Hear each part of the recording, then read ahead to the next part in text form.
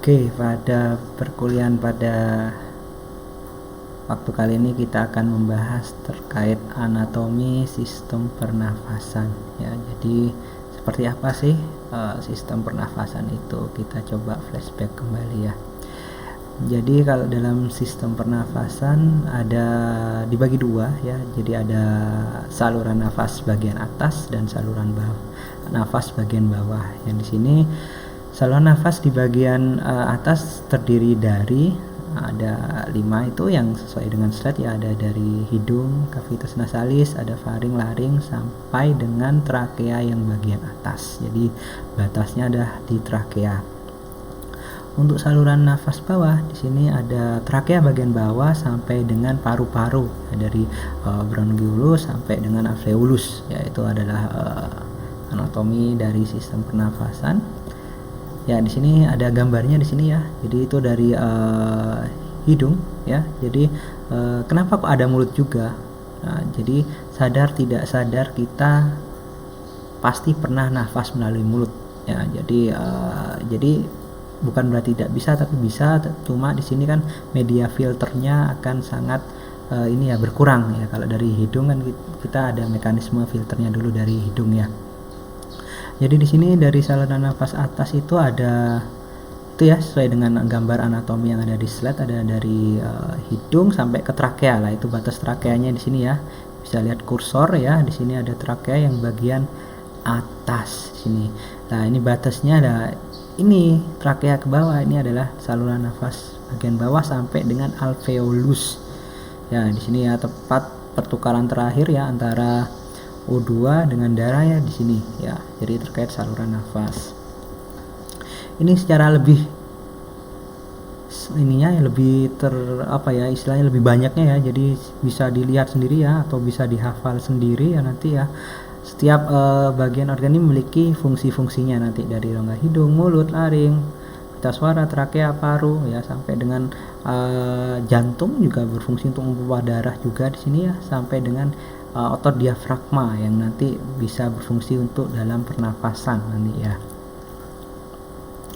Ini anatomi selanjutnya ya. Nah, jadi ini yang lebih banyak lagi ya, karena ini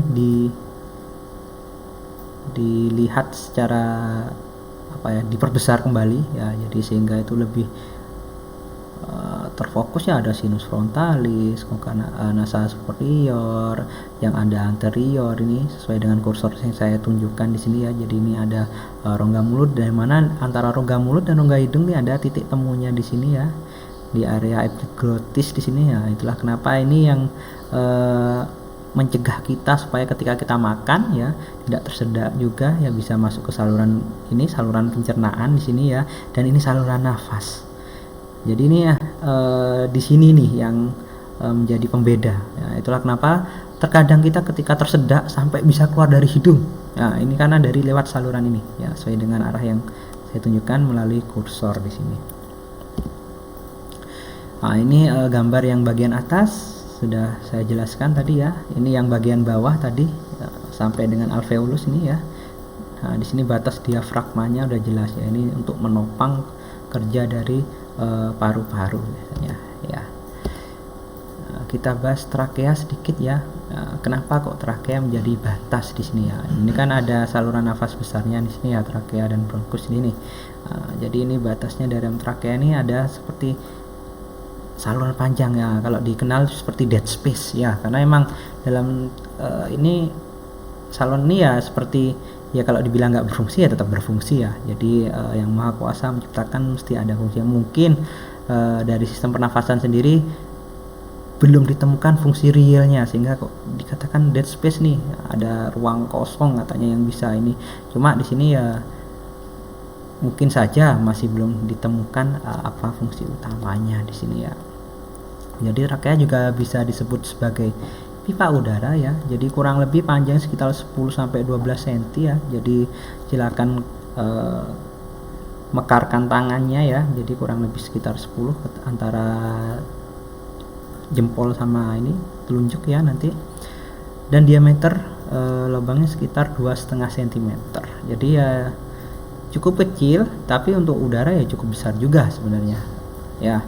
terus terletak di ini permukaan anterior esofagusnya juga, dan merentang dari laring pada area vertebrae cervicalis di sini ya. Ini sesuai yang sudah saya tunjukkan melalui kursor juga di sini, dari yang ke-6 sampai dengan vertebra torak ke-5 di sini. Oke, di sini gambar lebih jelasnya anatominya, nanti bisa dibaca ya. Terus di sini juga membelah ya, dalam arti membelah ini memberi batasan dari bronkus ya, dua bronkus utama. Itulah kenapa kalau paru-paru, dikatakan paru-paru karena ada dua ya, ada yang sebelah kiri dan sebelah kanan ya. Mungkin kalau cuma punya satu jadi namanya paru ya. Jadi di sini ada ujung tabang trakea yang disebut karina di sinilah ini ya, karina yang bagian ini ya. Terus mempunyai 16 sampai 20 cincin kartilago yang berbentuk C yang melingkar sini ya, sehingga tetap mampu membuka ya. Dan juga dilapisi oleh epitelium respiratorik ya, ini ya yang mengandung banyak sel goblet di sini.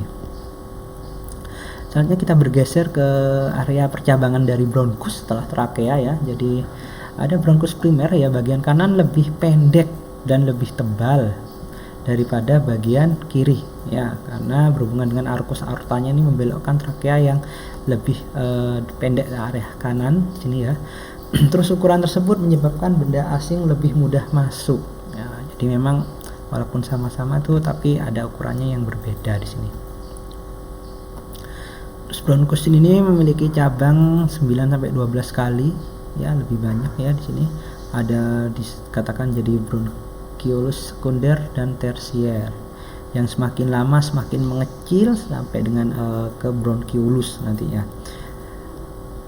Dan awal pertukaran gas terjadi pada bronchiolus ya, bronchiolus respiratorius ya namanya itu ya. Jadi awal pertukaran gas antara oksigen dan CO2 tuh di sini ya. Nah, ini di gambarnya di sini ya. Jadi ada bronkus tersier, ada bronkus sekunder di sini ya. Jadi ke bawah semakin mengecil rongganya sampai dengan yang paling kecil di sini adalah alveoli di sini ya. Ini untuk pertukarannya dimulai dari situ ya.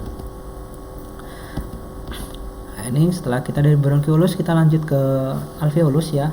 Jadi di sinilah pertukaran juga mulai terjadi di sini ya, antara O2 dan CO2. Yang CO2 yang diambil dari darah dimasukkan di sini sehingga bisa dikeluarkan. O2 yang masuk masuk ke alveoli bisa mengikat ke ujung darah nanti di sana. Terus fungsi utama untuk respirasi yaitu pertukaran gas antara kapiler dari pulmo ya dan alveolinya. Jadi di pulmo atau di paru-paru ini juga ada kapiler pembuluh darah, yaitu tadi seperti yang bawa CO2-nya itu ya.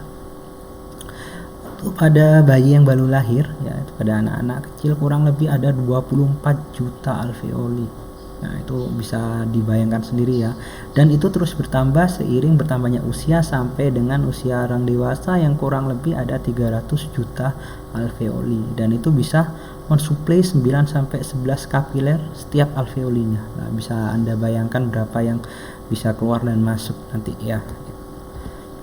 Itu ini kurang lebih struktur yang lebih diperbesar melalui ini ya, alveoli. Jadi kalau dilihat secara sepintas seperti ini ya, seperti anunya ini serangga ya, serangga apa, lebah ya. Jadi itu kalau dibelah, nah ini dalamnya seperti ini ya. Jadi ada rongga-rongga atau pori-pori, namanya pori-pori kon di sini ya. Mungkin yang nemukan namanya kon ya. Jadi pori-porinya dikatakan kon di sini ya, dengan ini, dan ini lebih kecil, dan ini ada kurang lebih ada 300 juta untuk orang dewasa yang mengambil dari kapiler pembuluh darah di sini. Nah, ini tersusun terikat oleh otot polos. Nah, ini ada ikatan-ikatan ya, dan sangat rapi sekali ya. Itulah kenapa manusia tidak akan mungkin bisa bikin yang serapi seperti ini ya. Nah, ini yang lebih besar lagi ya, yang ototnya. Nah, ini pembuluh darahnya ini. Kalau pembuluh darah merahnya ini ya, ada juga yang membawa ototnya, ini warnanya berbeda-beda ini seperti ini. Oke, kita bahas secara organ sekarang. Organ yang dikatakan pulmo atau paru-paru sini ya, bisa berbentuk piramid ya. Tiap paru memiliki apex yang mencapai bagian atas coste ya. Jadi dilihat ya dari coste 1 sampai berapa itu ya. Bagian dasarnya di atas diafragma ya. Terus permukaan mediastinal memiliki hilus atau akar ya, yang mana tempat masuk keluarnya pembuluh darah nanti. Nah ini gambarnya ya. Jadi kalau kita bikin lobus, itulah kenapa kok yang kiri kelihatan lebih kecil, karena dibaginya menjadi 2 lobus misalnya ya. Ini sesuai dengan gambarnya ya. Bagian atas, bagian bawah ya. Terus paruh kanan terdiri dari 3 lobus. Ya, ini kan mungkin saja juga karena terdorong karena di bawahnya ini ada jantung juga di sini ya. Nah, ini paruh kanannya ada 3 lobus, di sini ada upper, middle dan lower. Ya, kalau yang satunya hanya upper dan lower saja di sini. Isinya apa saja ya itu silahkan bisa dibaca sendiri ya, dari posterior, anterior, ya superior, ya inferior dan sebagainya itu. Oke, yang selanjutnya dalam paru ada namanya pleura atau membran penutup yang membungkus dari setiap paru ya, sehingga parunya itu tetap aman. Di sini ada pleura parietal ya, atau lapisan bagian luar ya, yang melapisi rongga dari toraks dan lain sebagainya, dan pleura visceral ya, bagian dalam di sini melapisi paru yang bersambungan dengan pleura parietal di bagian bawah, sehingga insya Allah kuat lah untuk ini lapisannya di sini.